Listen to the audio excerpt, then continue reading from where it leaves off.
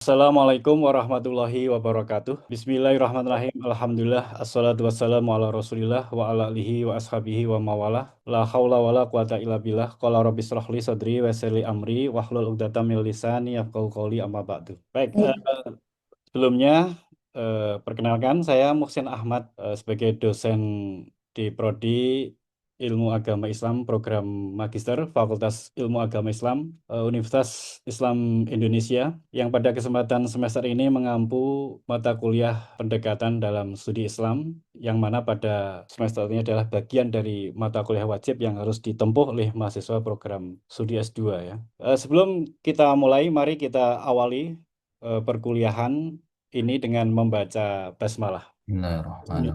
Bismillahirrahmanirrahim. Oke, baik teman-teman sekalian, saya perlu menyampaikan rencana pembelajaran semester ya untuk mata kuliah pendekatan dalam kajian Islam ini, di mana program studi Ilmu Agama Islam Program Magister mendesain kurikulum ya, kurikulum OBE atau Outcome Based Education, di mana kurikulum OBE ini mencoba mendesain bagaimana mahasiswa itu tidak hanya tahu dari apa yang dikaji, tetapi juga apa yang bisa dilakukan, apa kompetensi yang bisa dimiliki sehingga mahasiswa memiliki keterampilan, tidak hanya sekedar pengetahuan. Baik, sebelumnya saya akan menyampaikan ya tentang rencana pembelajaran semester untuk mata kuliah pendekatan dalam pengkajian Islam ini. Baik, jadi sebagaimana bisa kalian lihat ya di dalam share screen ini, jadi mata kuliah pendekatan dalam pengkajian Islam adalah mata kuliah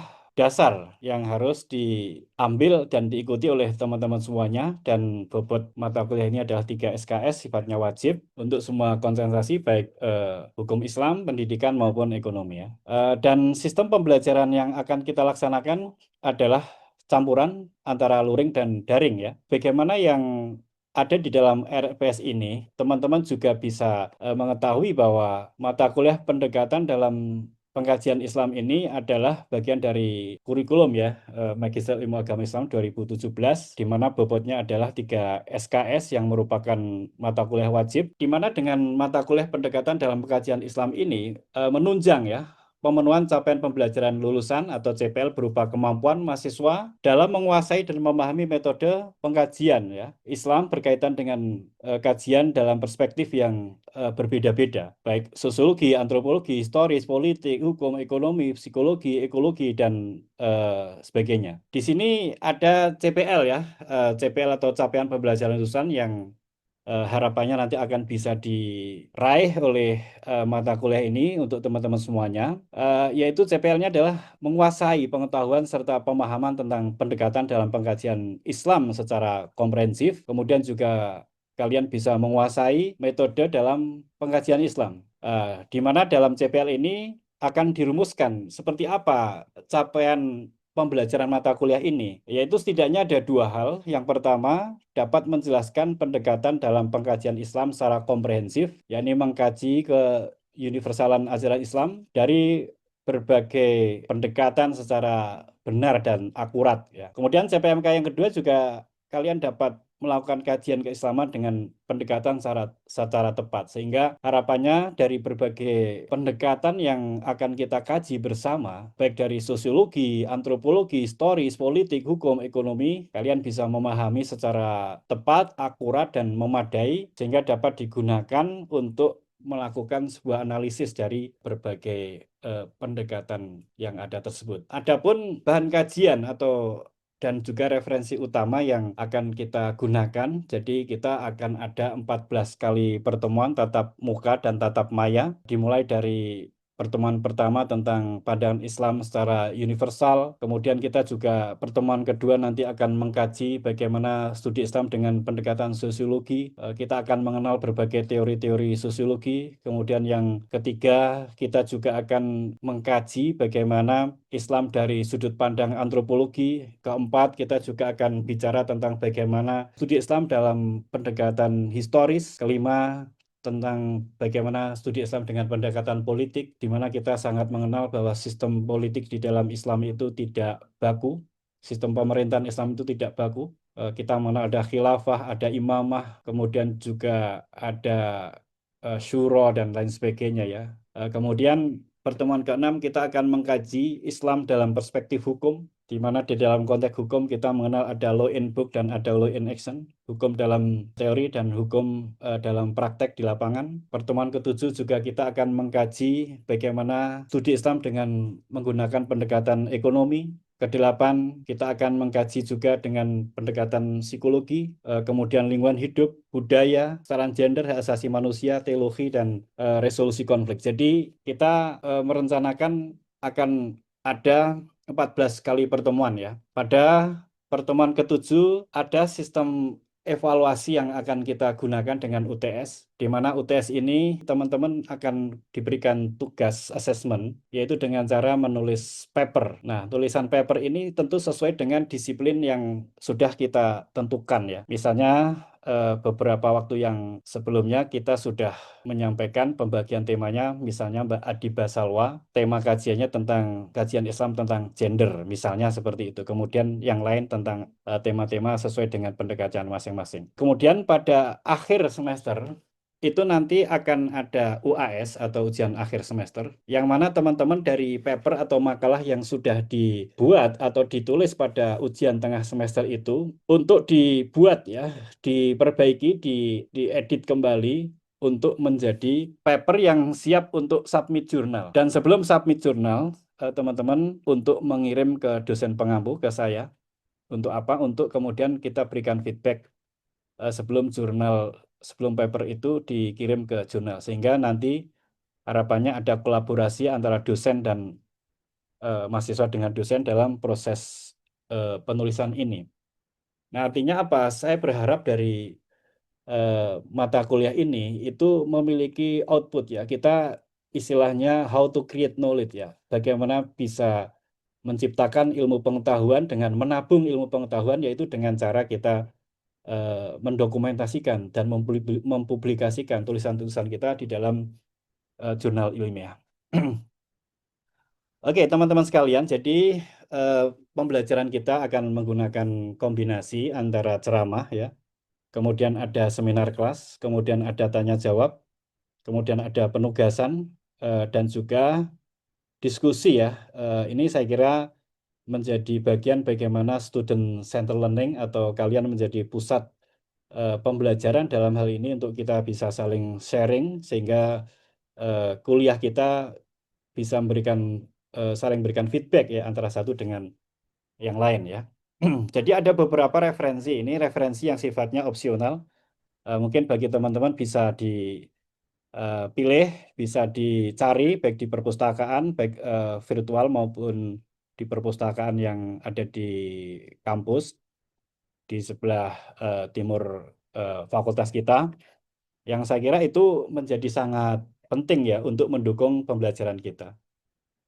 Baik, itu ya teman-teman sekalian. Jadi saya sudah menyiapkan 14 kali pertemuan untuk bisa kita laksanakan dalam proses perkuliahan pendekatan studi Islam ini.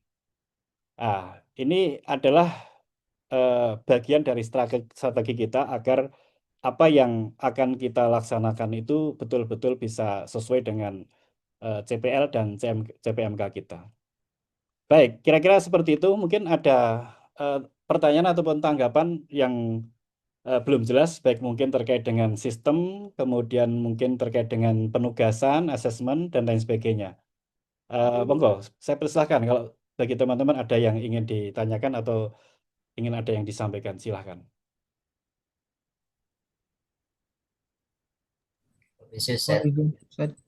Baik, gimana Mas Dino?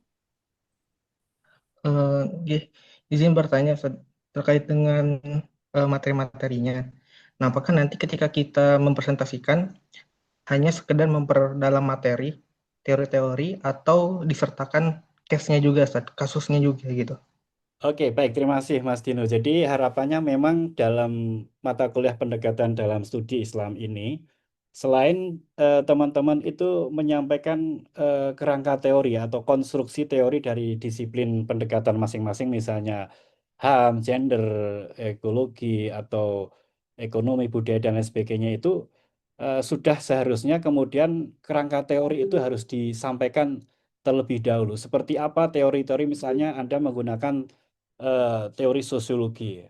Nah, dalam ilmu sosiologi itu misalnya kita mengenal ada Emil Durkheim misalnya ya, atau misalnya Karl Marx misalnya, atau teori-teori Max Weber dan lain sebagainya. Itu seperti apa bangunan teori tentang ilmu-ilmu sosial atau sosiologi tersebut, sehingga dengan konsep-konsep teori yang sudah Anda kemukakan, yang Anda sampaikan, itu biar kita bisa landing ya, jadi tidak melangit tetapi bisa membumi.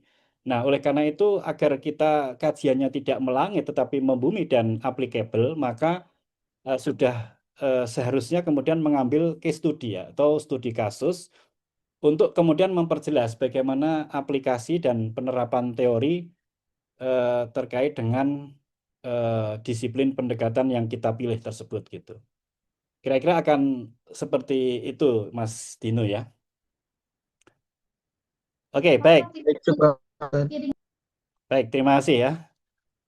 Kalau tidak ada pertanyaan yang lain, akan kita mulai untuk sesi perkuliahan, yaitu kita akan mengambil perkuliahan dalam tema yang ke berapa ini, yaitu tentang gender ya. Jadi poin materi pertemuan ke-11 ya.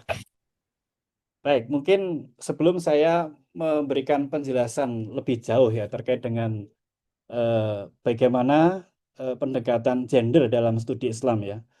Saya ingin tanya, sebetulnya apa sih yang kita maksud dengan sebuah pendekatan ya? Mungkin ada yang bisa membantu menjawab apa itu pendekatan sebetulnya, atau yang sering disebut dengan approach ya, atau mukorobah ya. Ada yang bisa bantu jawab apa sebenarnya pendekatan itu? Atau setidaknya apa yang Anda pahami tentang pendekatan? Mohon izin. Silakan, Mas Dino. Iya, terkait dengan pendekatan itu sendiri yang saya pahami itu adalah sederhana itu sudut pandang saja. Sudut pandang kita dalam menyelesaikan suatu permasalahan hingga mencapai satu tujuan itu gitu. Jadi kita melakukan sebuah pendekatan atas dasar sudut pandang kita, kemudian untuk apa? Untuk menyelesaikan salah satu permasalahan gitu ya, dengan untuk mencapai tujuan juga. Oke, good ya. Terima kasih Mas Dino ya. Saya kira apa yang disampaikan tadi ya seperti itulah yang kita maksud pendekatan. Lebih apa namanya, jelasnya pendekatan itu atau yang sering kita sebut sebagai approach itu lebih kepada the way to think ya. Jadi pendekatan atau approach itu adalah jalan berpikir kita. Bagaimana kita melihat persoalan, bagaimana kita melihat isu itu dengan pendekatan. Jadi pendekatan itu the way to think atau jalan berpikir, ibarat kita menggunakan kacamata, maka objek yang akan kita lihat itu bisa berwarna hitam kalau kita pakai kacamata hitam, akan berwarna biru kalau kita pakai warna biru, dan akan berwarna putih ketika kita menggunakan kacamata yang putih. Nah, oleh karena itu pentingnya itu pendekatan yang kita gunakan, maka kita harus mampu untuk mengetahui pendekatan-pendekatan tersebut agar objek yang kita lihat itu bisa sesuai, bisa memadai ya dengan pendekatan yang kita gunakan. Baik, kita akan mencoba melihat tentang pendekatan gender equality atau kesetaraan gender. Nah, selama ini di masyarakat kita itu seringkali terjadi ya ketidakadilan gender ya. Nah, kira-kira apa ya penyebab dari ketidakadilan gender yang kemudian menyebabkan isu kesetaraan gender di dalam Islam itu menjadi sangat penting ya. Mungkin di sini Mbak Adiba Salwa bisa memberikan ilustrasi dan juga mungkin bagaimana pendekatan gender ini bisa kita gunakan ya di dalam studi kasus di dalam keislaman kita. Mungkin Mbak Adiba bisa memberikan contoh bagaimana pendekatan gender dalam studi kasus yang ada di masyarakat Muslim gitu. Monggo silakan. Baik, di sini saya akan menyampaikan tentang kesetaraan gender dalam isu dalam rumah tangga ya. kesetaraan gender dalam rumah tangga masih menjadi isu krusial dalam masyarakat muslim modern.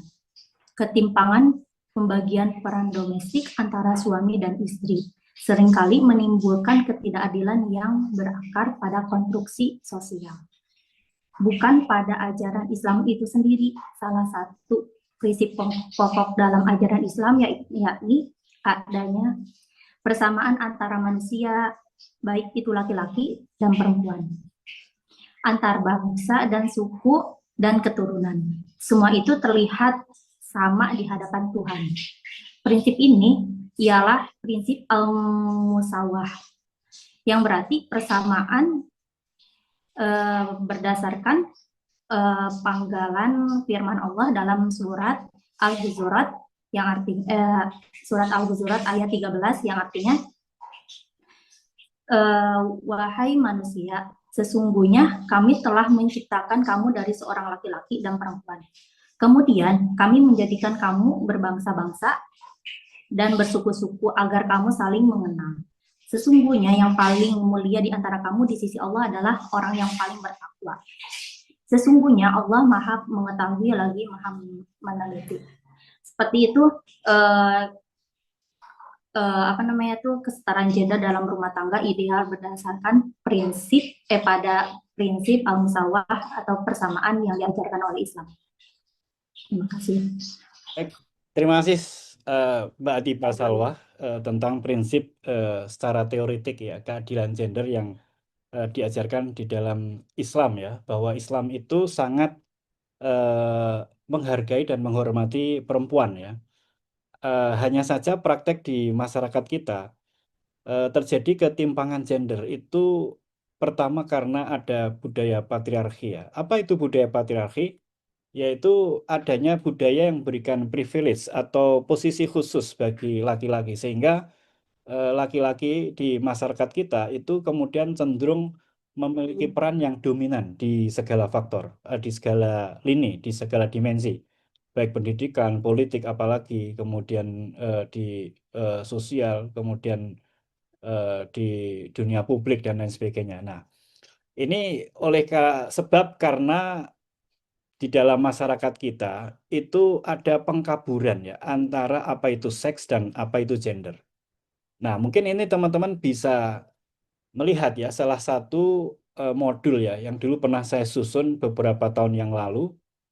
Saya pernah menyusun modul namanya JAT ya, Gender Analysis Training. Yang modul ini pernah diuji cobakan atau diberikan kepada beberapa hakim ya di beberapa provinsi untuk gender mainstreaming, yaitu pengaruh utamaan gender. Nah, karena mindset orang tidak adil sejak di dalam pikiran tentang gender equality ini berimplikasi kepada ketidakadilan gender di masyarakat. Nah, cuma kadang-kadang di masyarakat kita itu masih ada kekaburan, mana itu seks dan mana itu gender. Nah, bisa kita lihat ya di dalam salah satu modul ini yang coba saya susun ya. Nah, apakah sudah terlihat oleh teman-teman semuanya? Nah, di sini ada pembedaan ya. Namanya seks itu sebetulnya adalah jenis kelamin biologis ya, yang itu kodrati.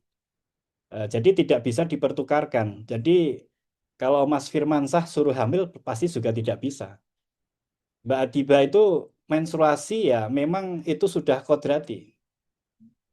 Nah, seks itu adalah jenis kelamin biologis yang bersifat kodrati, tidak bisa dipertukarkan. Sedangkan gender itu adalah pembedaan ya antara laki-laki dan perempuan itu berdasarkan bentukan sosial, bukan biologis ya. Ya, contohnya kalau laki-laki itu tubuhnya kekar, kemudian dianggap berperangai lebih rasional, bekerja sektor publik, kemudian dia sebagai seorang pemimpin, itu kan sebuah konstruksi sosial yang sebetulnya ada juga perempuan yang rasional, tidak emosional, dan perempuan itu juga dalam gender construction itu lebih kemudian diasumsikan bekerja di sektor domestik, padahal kan juga perempuan bisa bekerja di sektor publik misalnya. Nah, ini saya kira menjadi lebih jelas ya teman-teman sekalian. apa itu perbedaan antara seks dan gender? Jadi kalau seks itu jenis kelamin biologis, gender itu jenis kelamin sosial ya, dan seks itu diperoleh sejak lahir yang sifatnya kodrati. Kemudian kalau gender itu jenis kelamin sosial yang sifatnya bisa dipertukarkan. Mungkin di Jawa berbeda dengan di Kalimantan atau berbeda dengan di Sumatera misalnya. Karena memang masing-masing memiliki adat dan tradisi yang berbeda. Jadi kalau seks itu tidak dipertukarkan antara laki-laki dan perempuan, tetapi kalau gender itu bisa dipertukarkan, sifatnya mubadalah. Jadi misalnya Mas Dino itu bisa aja menyapu, nyuci piring, nyuci, mengasuh anak. Tidak harus kemudian perempuan gitu loh. Itu sifatnya yang bisa dipertukarkan. Kalau seks itu berlaku di mana saja, kapan saja di seluruh dunia itu ya sama seperti itu. Tapi kalau gender itu bersifat kontekstual, lokalitas ya. Jadi bisa berubah-ubah seiring dengan tempat dan waktu yang ada di masyarakat kita. Nah, itu saya kira teman-teman sekalian ya, itu penting untuk kita memahami bagaimana seks dan gender itu ada di masyarakat kita. Dan yang tidak kalah pentingnya, kita harus mengetahui bagaimana apa namanya antara hubungan gender dan agama. Ini sangat penting bagi teman-teman sekalian. Mengapa? Karena kadang-kadang agama itu bisa menjadi alat legitimasi gender inequality. Jadi agama itu bisa menjadi alat untuk melegitimasi ketidakadilan gender. Tapi juga agama di sisi lain bisa menjadi alat legitimasi keadilan gender. Contoh ya, di dunia politik itu misalnya ada hadis yang digunakan akan rusak jika sebuah kaum itu dipimpin oleh seorang perempuan. Nah, ini bisa bagi kelompok yang tidak ingin ya dipimpin oleh laki-laki itu bisa menggunakan hadis ini. Padahal kalau kita tahu hadis itu ditujukan sebetulnya untuk suatu tempat yang kebetulan Raja Kisro ya, yang perempuan yang lemah gitu loh. Jadi perempuan yang memang secara capability dan kemampuannya itu rendah.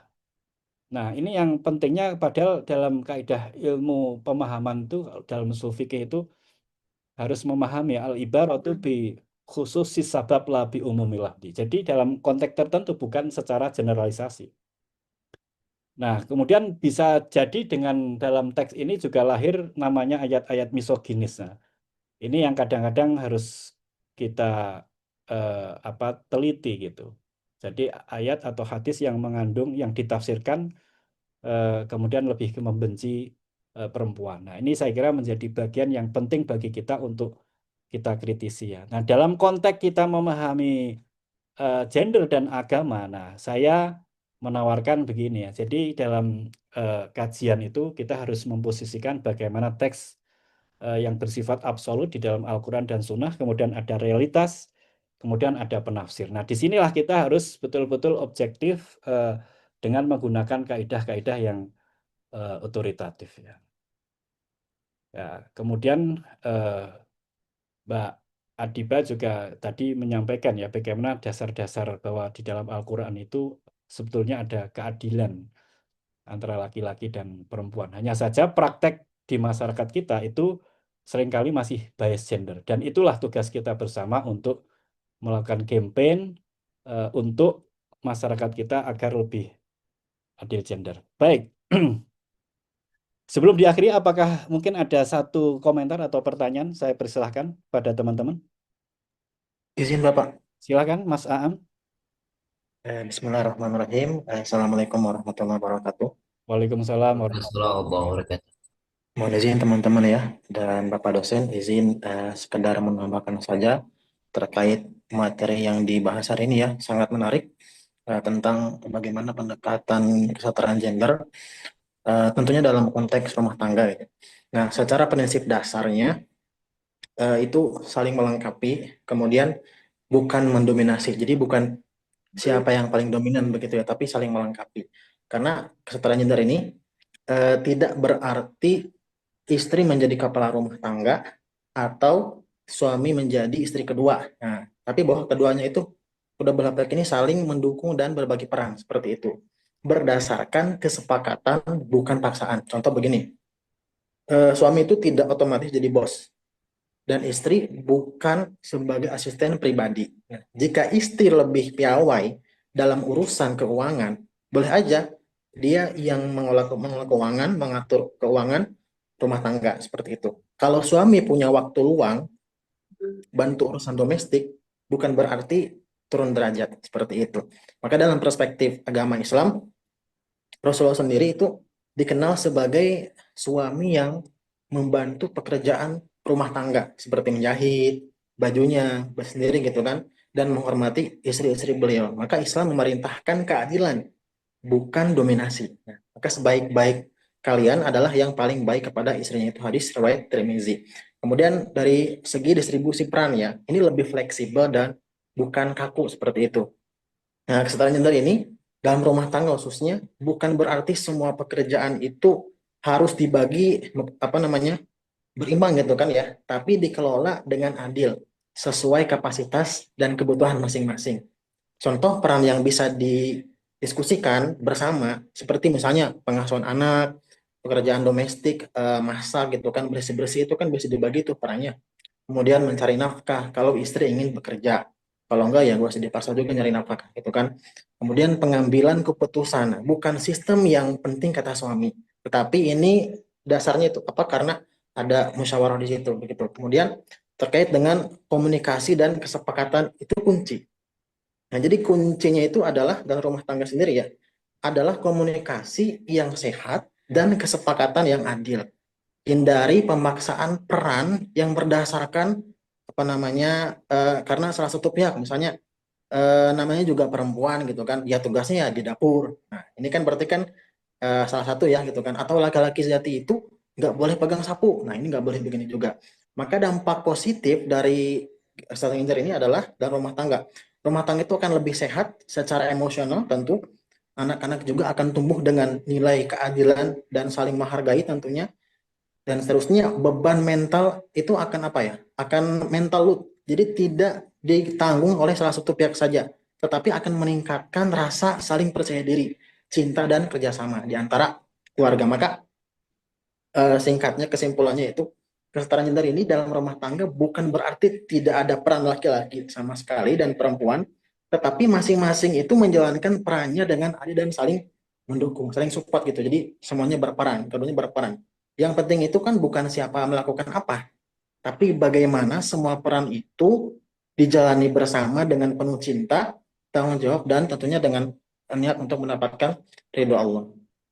Mungkin seperti itu, Bapak Baik, dosen, sedikit dari saya. terima kasih Mas Aam ya, luar biasa ya. Jadi ilustrasi dan elaborasinya sudah sangat memadai. Jadi dalam konteks gender bagaimana diterapkan di masyarakat kita itu memang bagaimana bisa dilaksanakan dalam bentuk equality ya. Jadi kesetaraan, tapi juga di situ ada peran yang mubadalah atau ketersalingan. Yang terjadi bukan keterpaksaan, tetapi atas kesadaran bersama yang disepakati bersama untuk tumbuh kembang dan kemudian masing-masing saling mensupport dan saling menghargai. Saya kira itu prinsip kita ya. Jadi gender dan ketersalingan, resiprokal itu adalah saling melengkapi, saling mengisi kekurangan masing-masing. Oke, teman-teman sekalian, saya kira pertemuan pada pagi hari ini sangat produktif, banyak beberapa insight yang dapat kita temukan. Mudah-mudahan untuk sesi pertemuan yang selanjutnya kita juga mendapatkan banyak ilmu, banyak masukan, dan juga studi kasus-kasus dari berbagai sudut pandang dan dari berbagai wilayah yang ada di masyarakat kita. Baik, terima kasih. Saya kira kita anggap cukup pertemuan kita pada sesi ini dan mudah-mudahan kita bisa bertemu kembali di sesi berikutnya. Kita akhiri dengan bersama-sama mengucapkan lafaz hamdalah. Baik, kurang lebihnya mohon maaf. Billahi taufik wal hidayah. Assalamualaikum warahmatullahi wabarakatuh.